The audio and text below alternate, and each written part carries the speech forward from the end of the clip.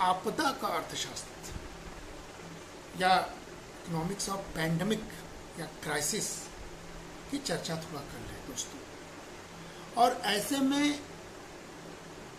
अर्थशास्त्र के तमाम जनरलाइज सिद्धांत शायद व्यवहारित होता और नहीं दिखाई पड़ता है और मुद्दे बदल जाते हैं।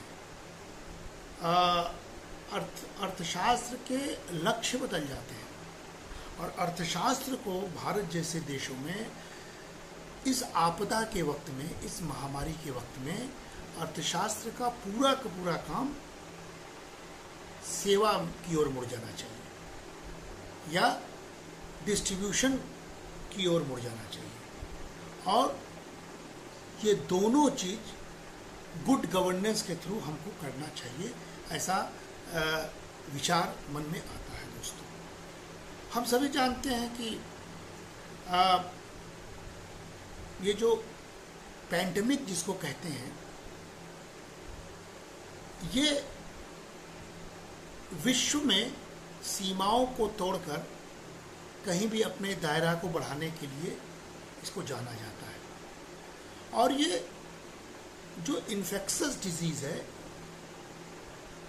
इसका स्वभाव कोरोना काल में हमने देखा कि भयावह भी हो सकता है और आक्रमणकारी भी हो सकता है। और हम सब ने देखा है कि कैसे दिसंबर 2019 को विश्व स्वास्थ्य संगठन ने या WHO ने कोविड-19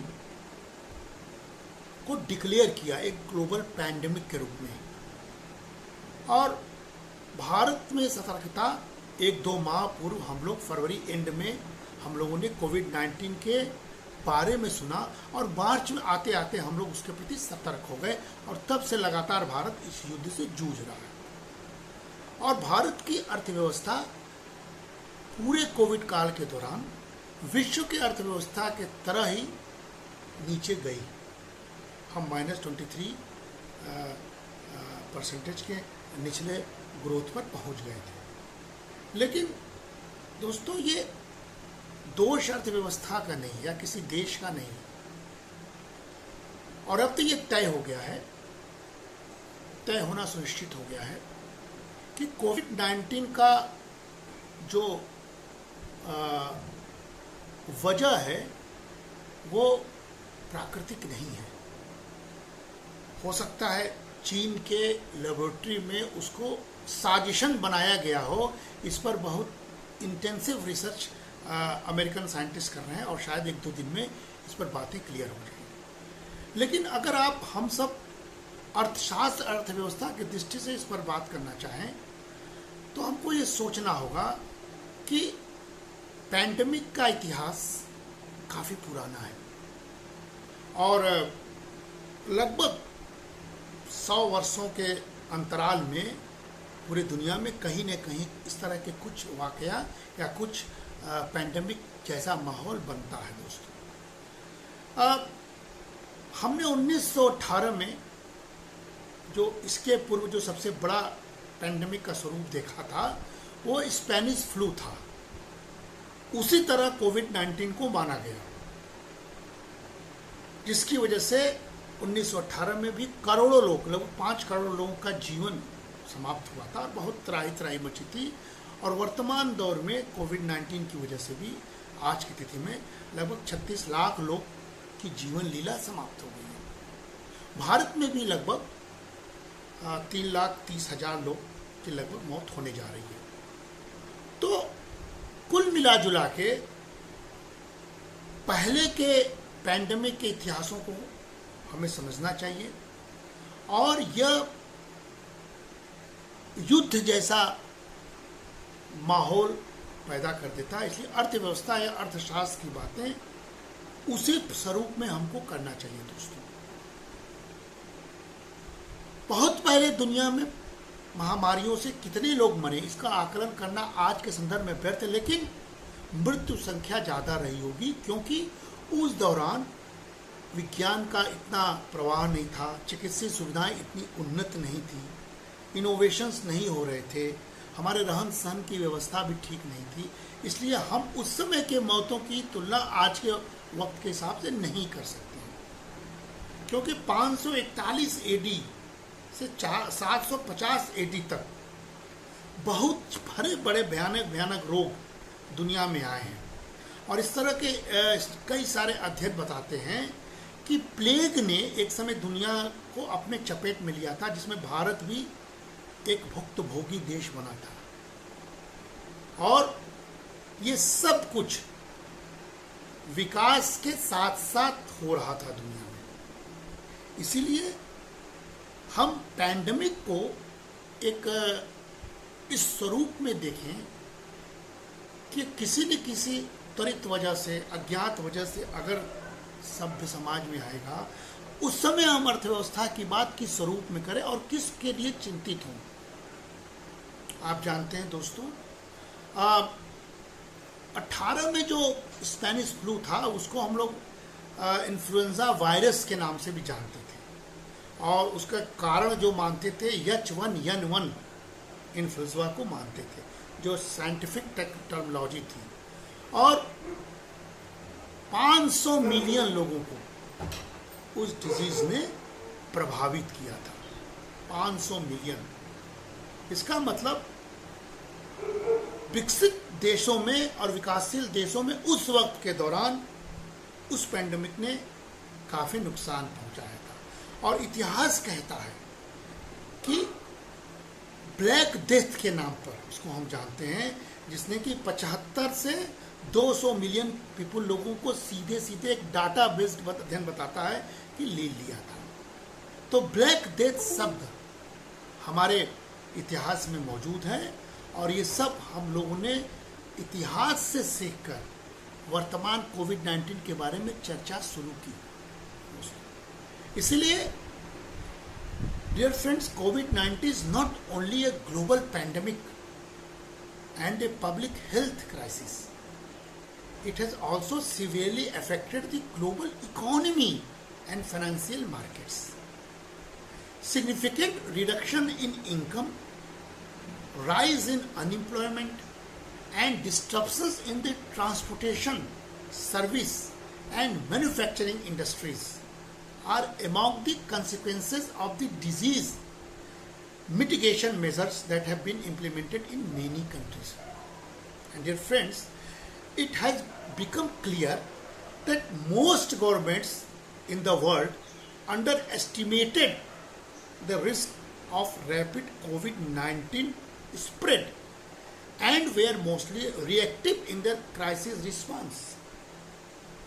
As disease outbreaks are not likely to disappear in the near future, proactive international actions are required to not only save our lives but also protect economic prosperity.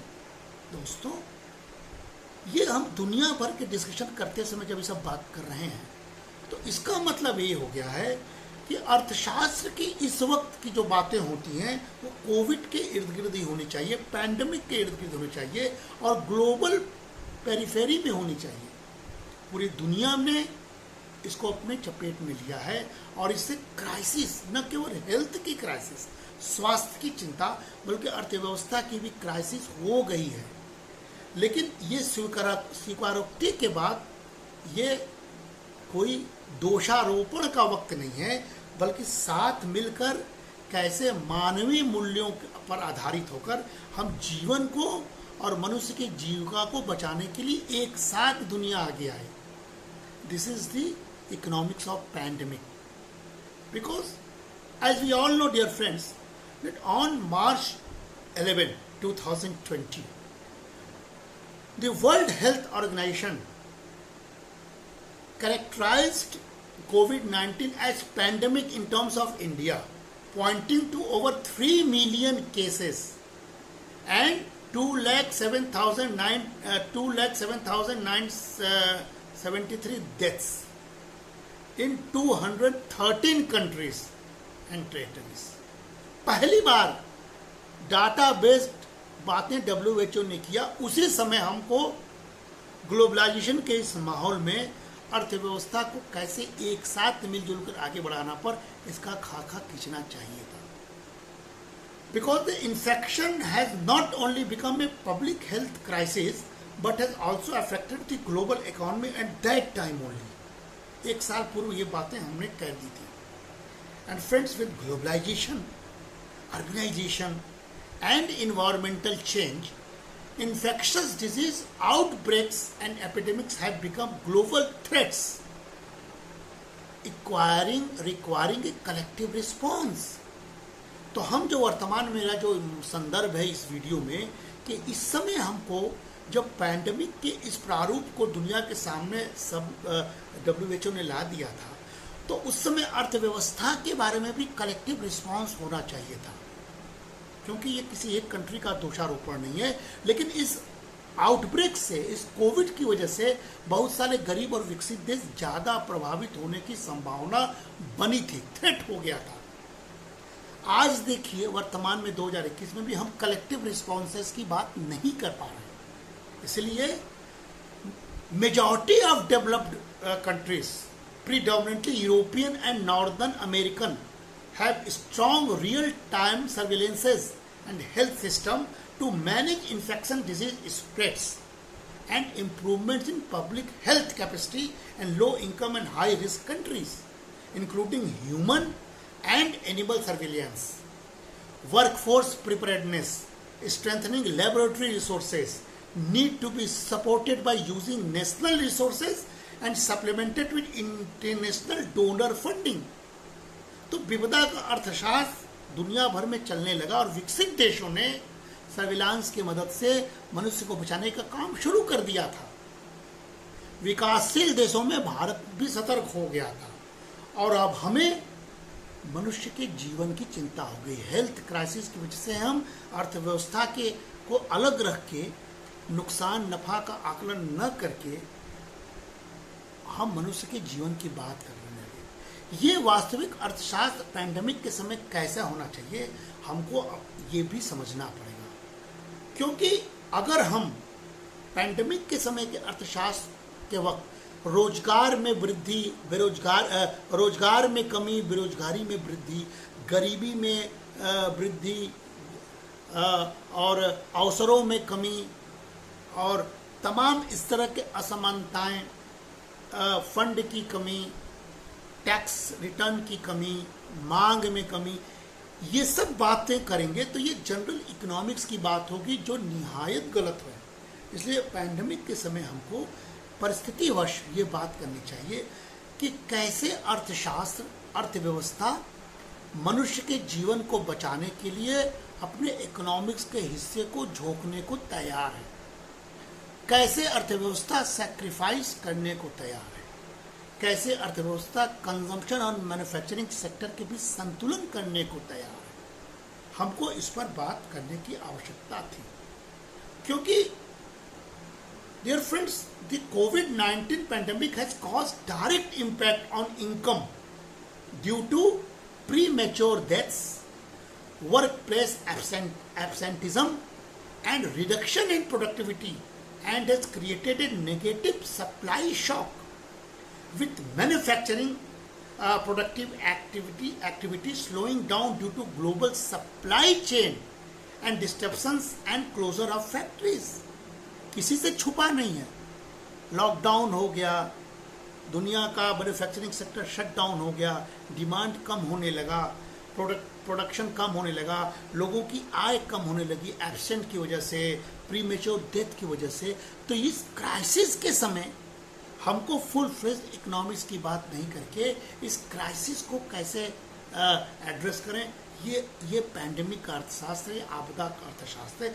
बहुत सारे देशों ने किया, भारत भी इस करने की कोशिश की, लेकिन डेमोक्रेटिक पैटर्न ऑफ सोसाइटी की वजह से भारत के अर्थशास्त्रियों के बीच लाइव वर्सेस लाइवलीहुड और प्रेशर ग्रुप के रूप में सरकार को झुकाने की परंपरा यहाँ पर काम करने लगी दोस्तों। इसीलिए हम सब जानते हैं कि पूरे के पूरे कोविड के दौरान मैन्युफैक्चरिंग सेक्टर डीप हो गया, सर्विस सेक्टर डीप हो गया, और भारत जैसे देशों में अपने सोशल सेफ्टी या विलेज इकोनॉमी के सेफ्टी नेट की वजह से हमारे एग्रीकल्चर ने हमें बचाए रखा। इसलिए impact on productive economic activities, consumers typically change their spending behavior in this pandemic era, mainly due to decreased income and household finances, as well as the fear and panic that accompany the pandemic. हम लोग अपने behaviour को परिवर्तित करने लगे, हम लोग उपभोग को बंद कर दिए। तो इस समय की इकोनॉमिक्स में सरकार के पास आय की कमी हो गई। जब सरकार के पास आय की कमी हो गई तो सरकार का जो सप्लाई चेन है वो कैसे जारी रहे, ये पूरा इकोनॉमिक्स का फोकस हो गया। इसीलिए उस समय के गवर्नेंस को सप्लाई साइड और डिस्ट्रीब्यूशन साइड पर ही हमको बात करके चीज़ों को आकलन करना चाहिए दोस्तों। और वी ऑल नो कि services industries such as tourism, hospitality and transportation have suffered significant losses due to reduction in travel. इस पैंडेमिक का अर्थशास्त्र में जो सबसे बड़ा झटका लगा वो ग्लोबलाइजेशन के इस एरा में जो लोग मूव करते हैं, ट्रेवल करते हैं, आवागमन होता है, उससे हमारी टूरिज्म और हॉस्पिटैलिटी इंडस्ट्री बहुत फलता फूलता है, इकॉनमी रिच होता है, एम्प्लॉयमेंट जनरेट होता है और ट्रांसपोर्टेशन के सिस्टम की वजह से बहुत सारे इंफ्रास्ट्रक्चर का डेवलपमेंट होता है। ये सब ठप हो गया था। तो the crisis was sector wise and we should to analyse sector wise. तो आपदा के अर्थशास्त्र में हम कैसे विशिष्ट अध्ययन करें और कैसे परिस्थितियों को समझें ताकि हम नुकसान और नफ़ा को मनुष्य के जीवन के साथ मिलाते हुए हम उसका आकलन कर सकें। We all know how much restaurants and bars are around the globe. Restaurants, bars, travel, transportation, entertainment and sensitive manufacturing are among the sectors in developed countries and even in country like India. And the advance adjustment of the unemployment rate was very much scarce. इसलिए उस दौरान विकसित देशों में, United Nations, USA जैसे country में भी ये सारे के सारे चीज़ प्रभावित हुए, इकोनॉमी डिप हुई। तो भारत जैसे देशों में तो डिप होना लाजमी है और इसलिए बेरोजगारी का बढ़ना पैंडेमिक के वक्त को हम दूसरे रूप में प्रदर्शित करें और उसको किसी कंट्री के फेल्योर के साथ न जोड़ें। This is how we should learn from the economics of pandemic. ये आपदा के अर्थशास्त्र हमको सीखना चाहिए। And friends, in addition to marked health inequalities, especially in countries without universal health care coverage, the economic impact of this COVID-19 pandemic may be or will be heterogeneous across the country's income distribution. Bharat में आयुष्मान भारत ने बहुत चीज़ों को बचाया है, लेकिन बहुत सारे कंट्रीज में यूनिवर्सल हेल्थ केयर सिस्टम नहीं है। भारत में इस तरह यूनिवर्सल हेल्थ केयर सिस्टम अभी इस तरह प्रभावी नहीं है।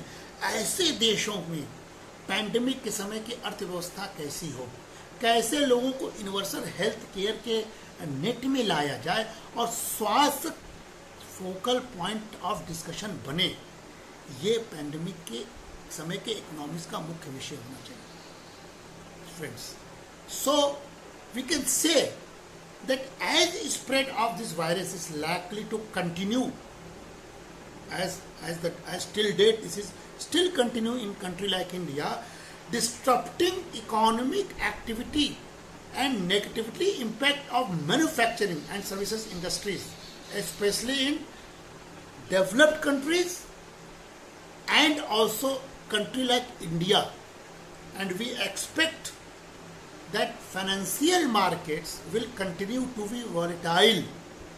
इसलिए हमको तैयार रहना चाहिए कि हमारी इकोनॉमी झटका खाएगी, हम क्राइसिस में फंसेंगे, लेकिन उस क्राइसिस को हम इकोनॉमिक्स के फेल्योर की जगह, सिस्टम के फेल्योर की जगह, गवर्नेंस के फेल्योर की जगह आपदा के रूप में देखेंगे और हम भरसक कोशिश करेंगे हम आपदा से कैसे बचें।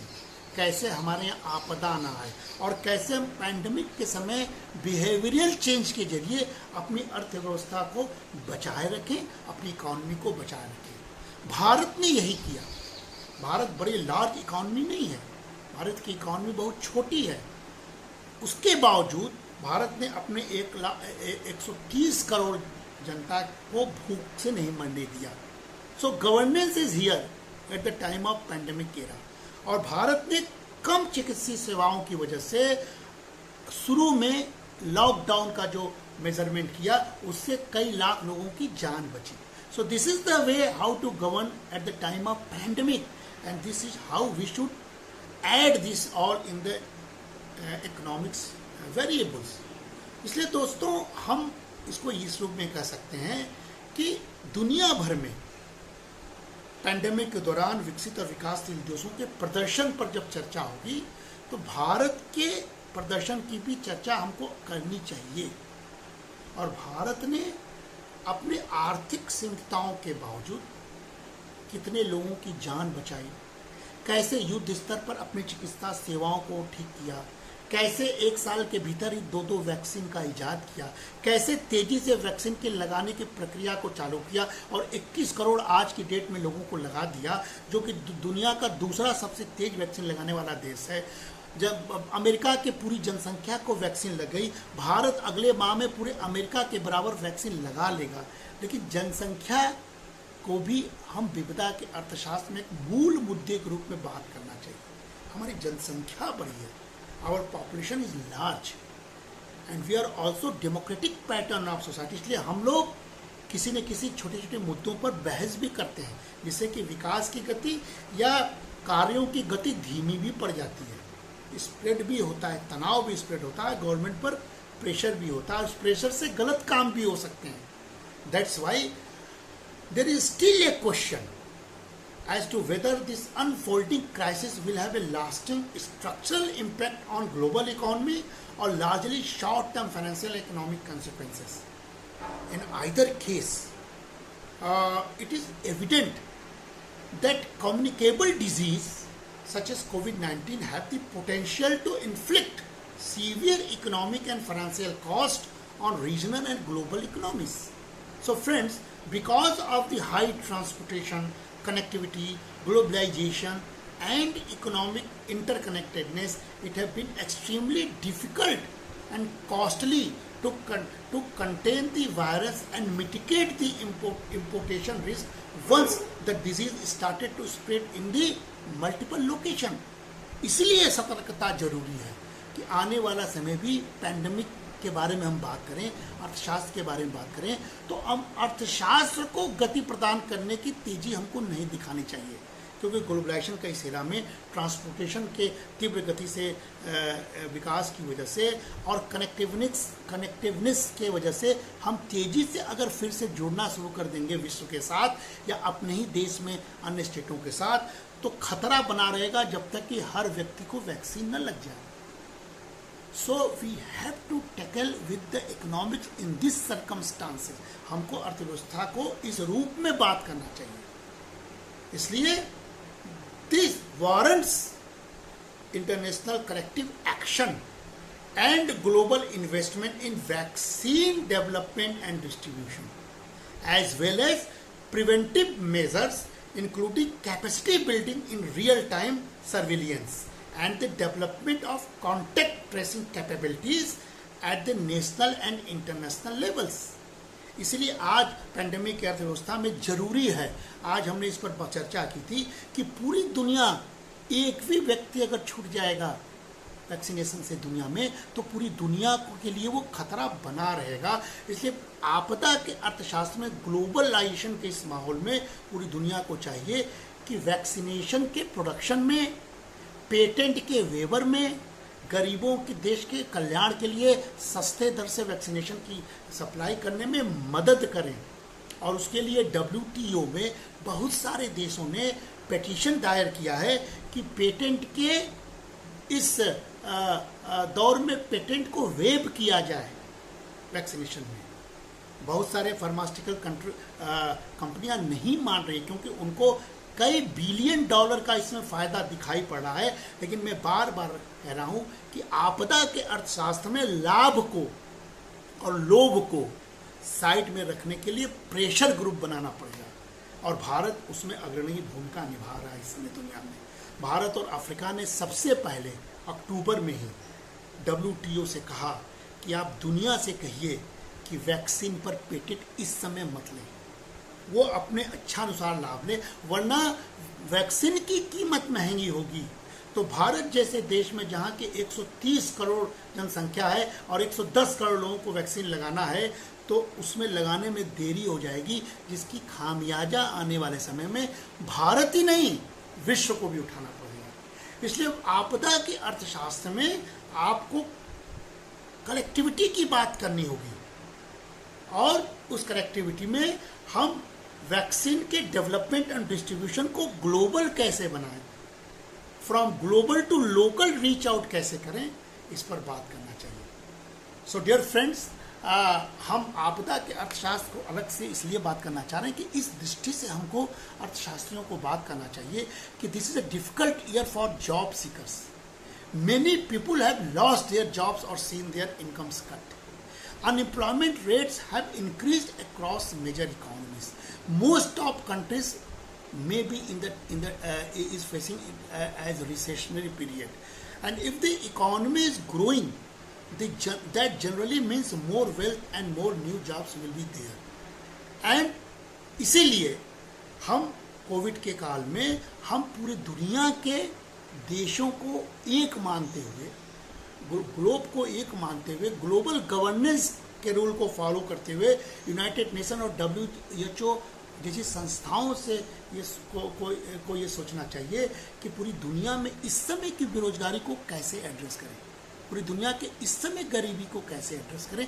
जो मिलेनियम डेवलपमेंट दुनिया ने बनाई है, उस गोल में पैंडमिक के समय का गोल अलग होना चाहिए। इसलिए विपदा का अर्थशास्त्र। और डियर फ्रेंड्स, इस समय आपदा में अवसर लाभ की दृष्टि से ना हो, लोभ की दृष्टि से ना हो। लोग कमाएं, इकोनॉमी के लिए अच्छा है, लेकिन सेवा भाव की में कमाएं।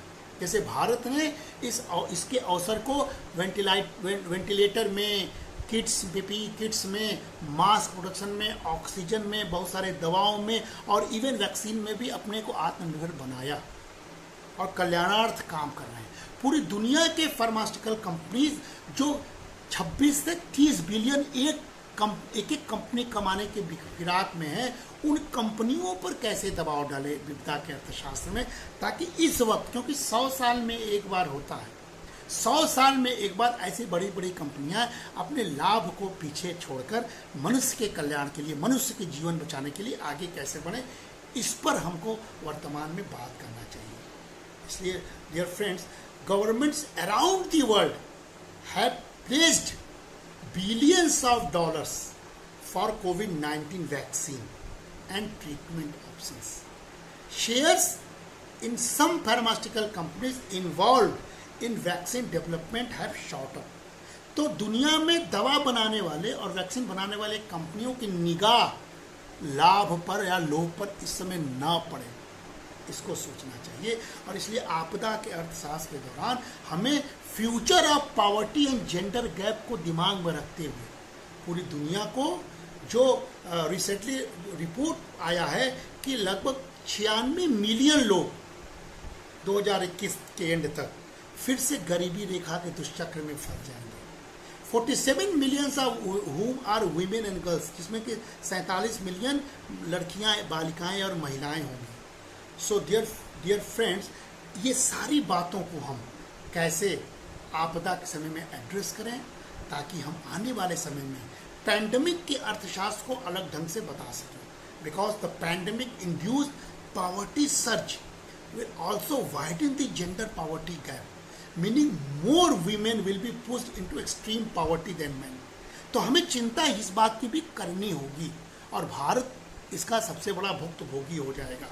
इसलिए friends, this is specially the case among those aged 25 to 34 at the height of their productive and family formation period.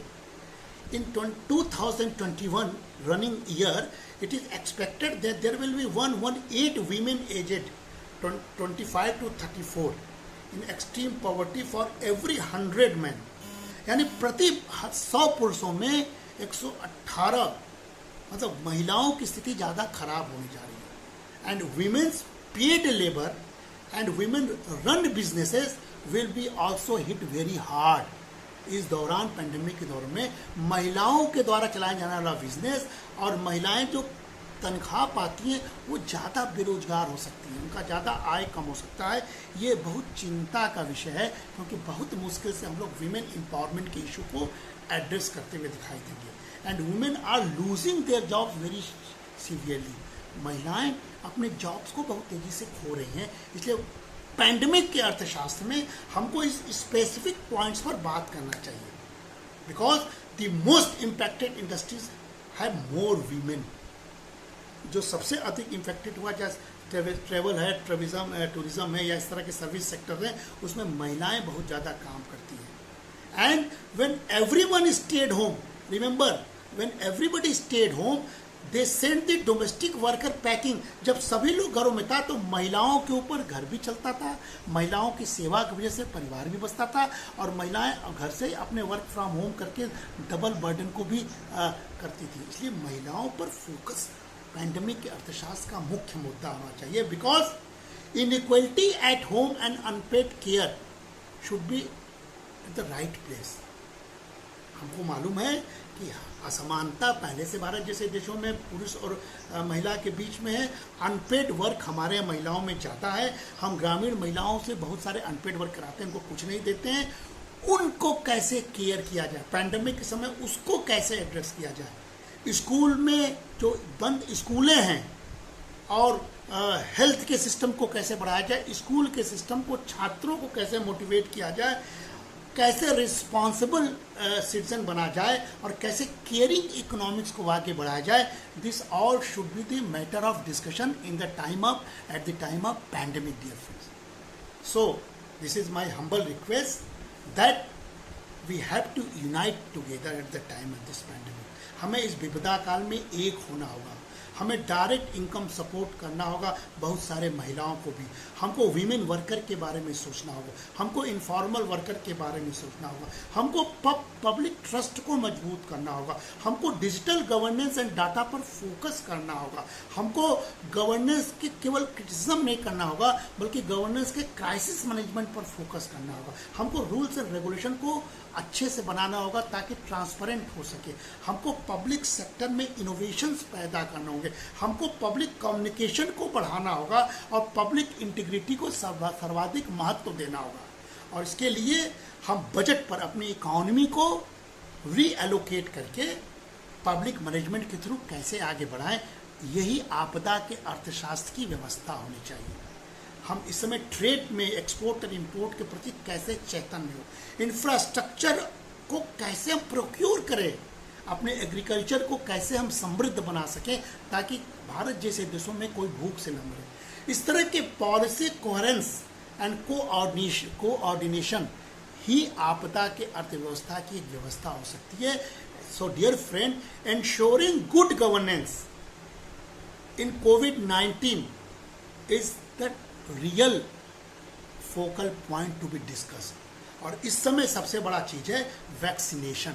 कैसे पूरी दुनिया में एक एक व्यक्ति वैक्सीनाइज हो जाए, जिससे equity, safety, coverage, transparency, accountability and control of corruption, good governance in short are key goals and should be the key goals in कोविड-19 vaccination country programme. And governments and donors including the World Bank are taking action, but they should take more action also to help the poor countries and also to waive from patent for the sake of humankind. Thank you very much. Hope you like this video. Thank you.